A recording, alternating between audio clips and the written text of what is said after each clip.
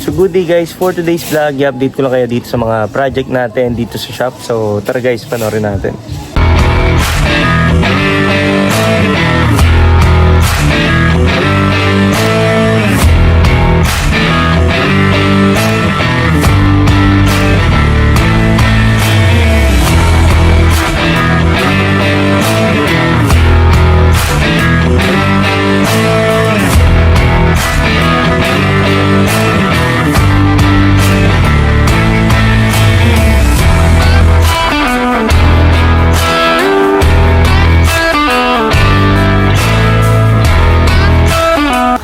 So yun guys, welcome po ulit dito sa vlog natin at i-update ko lang kayo dito sa mga project natin. So yan, yung Tamiya natin as of now pending muna kasi pina-priority muna natin yung mga project natin tulad yung mga Wrangler tsaka yung Land Rover, itong FPJ, tapos ito yung finishing nating Wrangler. So simulan natin dito guys.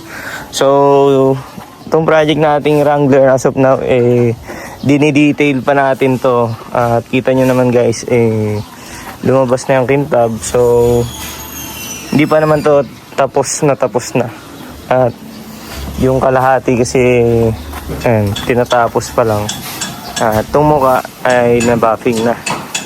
So lilinisin na lang yan tulad ng mga yung tuluan ng rubbing compound. At ito tulad tong windshield niliha pa lang siya.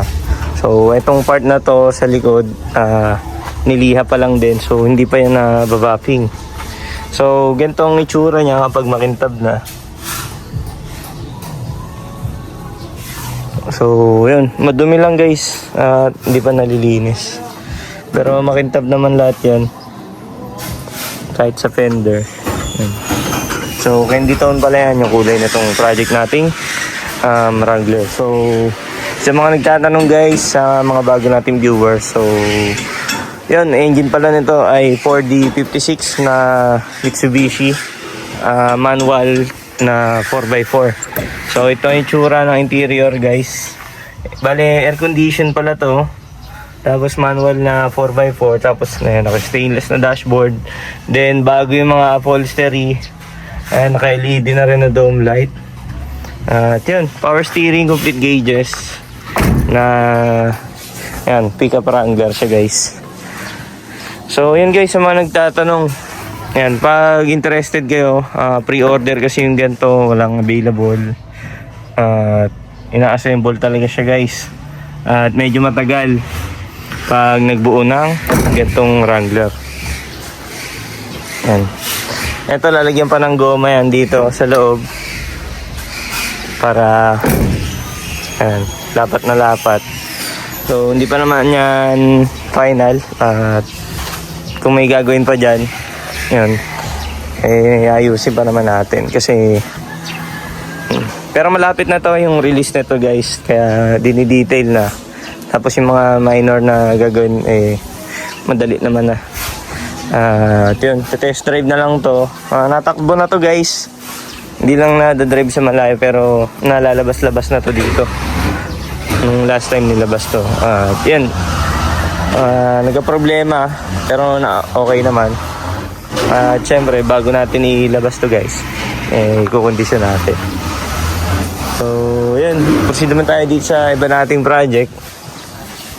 Ito yung project nating Altera na Altera na Land Rover yung body. Ito pala yung nagagawa sa likod.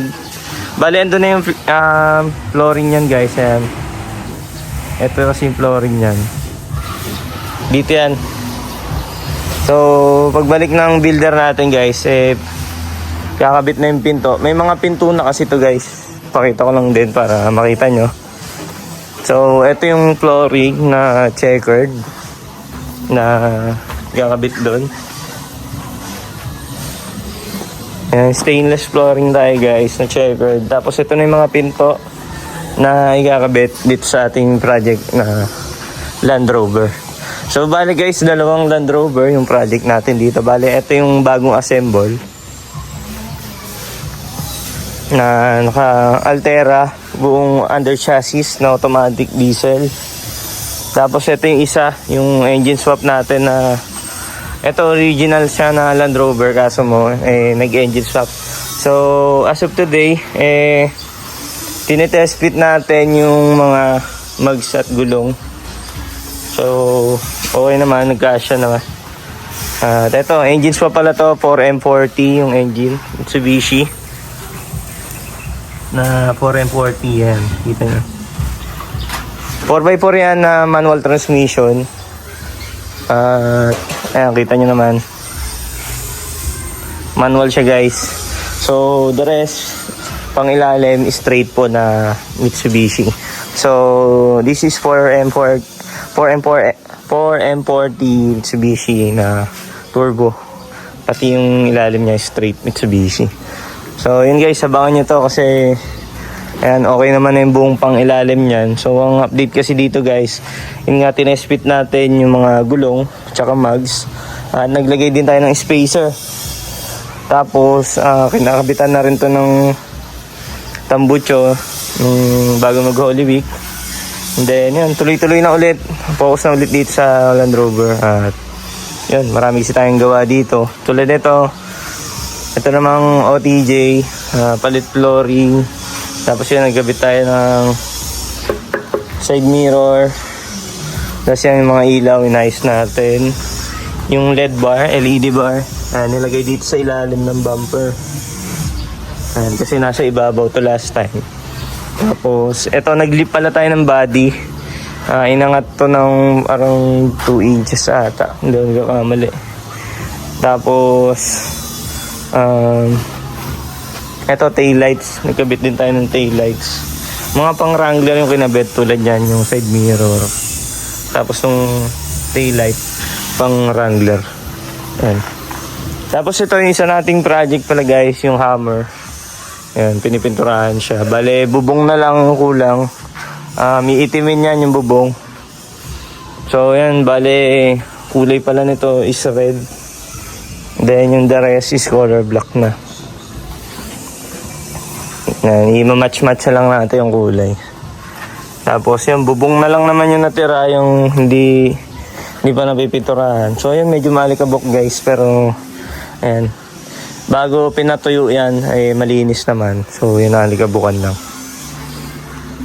So yun guys, ito yung project nating isa pang Wrangler na ito naman, for the 56 engine na automatic transmission 4x4 na yan, bagong assemble din.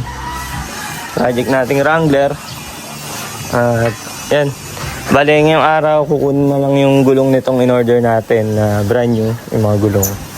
Doon yung mags nasa labas na. So kukunin na lang yung gulong na ikakabit dito. At papakabit na rin natin. So yun guys, medyo maraming gawa at meron pa naman padating na gawa. At yan, tinatapos lang yung iba kasi pila nga. Ayan, tulad nun, Hammer, Wrangler, yung mga Land Rover. Tapos to ay PJ, yung Wrangler. May owner pa dito. Ayan, maraming gawa dito ngayon guys. Pero yun, kung magpapagawa kayo guys, by schedule tayo para maasikaso. Kasi hindi pwede tayong tanggap ng tanggap tapos hindi naman may hipo. So yun naman update natin sa shop. At yan, maraming salamat guys sa panonood.